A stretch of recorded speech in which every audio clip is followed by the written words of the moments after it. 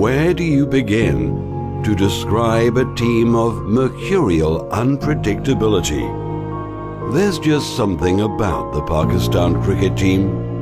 The 1954 babes of cricket who upstaged England to firmly put Pakistan on the cricketing map. He's run out and Pakistan have won. A wondrous cricketing romance began. This was the time of the suave, the debonair, the time of silk scarves and brill cream. Led by Abdul Hafiz Kardar, the skipper, the father of Pakistan cricket. In Fazl Mahmood's oval heroics, Pakistan had found its hero. Over time, there would be others who would take up this mantle. Hanif Muhammad, the Little Master, he of 337 of the most obdurate runs, the wall that would not let up. There were victories, there were defeats, and as time went by, Pakistan carved out its own unique identity into the cricketing fraternity unlike any other. There were mavericks, and there were those who revived a dying art. There were those of the silky wrists and the studious game. There was a street fighter who showed that Pakistan was no longer afraid of being brave, and a six that was stamped into the nation's psyche forever. There were magicians of a supposed dark art, dark only because no one else yet knew how to conjure up such magic. And from there, a new breed of speed came. Speed merchants like nothing the world had ever seen. There was a leader, a captain, who made Pakistan believe they could conquer it all. And they did. The cornered tigers roared. Pakistan win the World Cup. They were champions, and they ruled the world. There were new heroes. There were wolves who hunted in packs, kings of swings and toe crushers. The Burewala Express would not let anything stand in its way. There were small wrists blazing records. There was a wall to steady it all. There was magic and guile.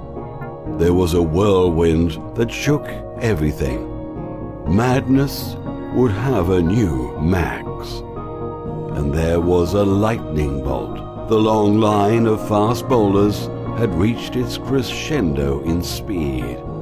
A new sheriff was in town. There was lazy elegance, and there was brute force. There were sad, dark times, and yet there was strength within.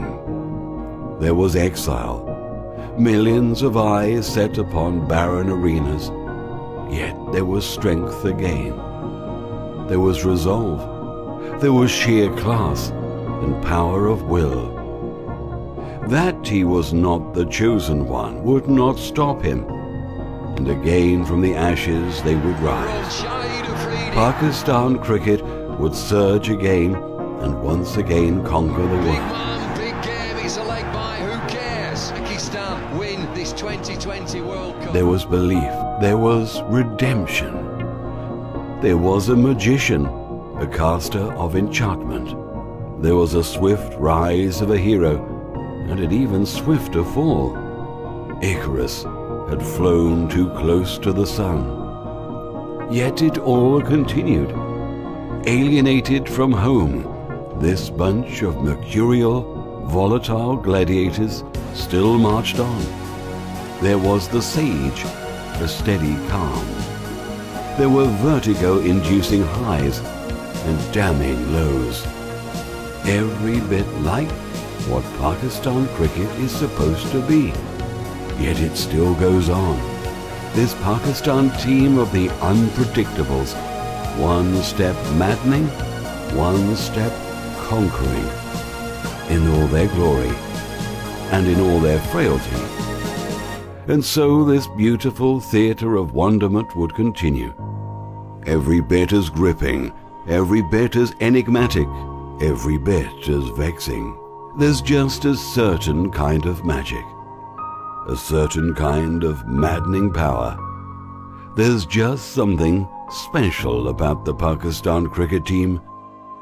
Where do you begin to define the undefinables?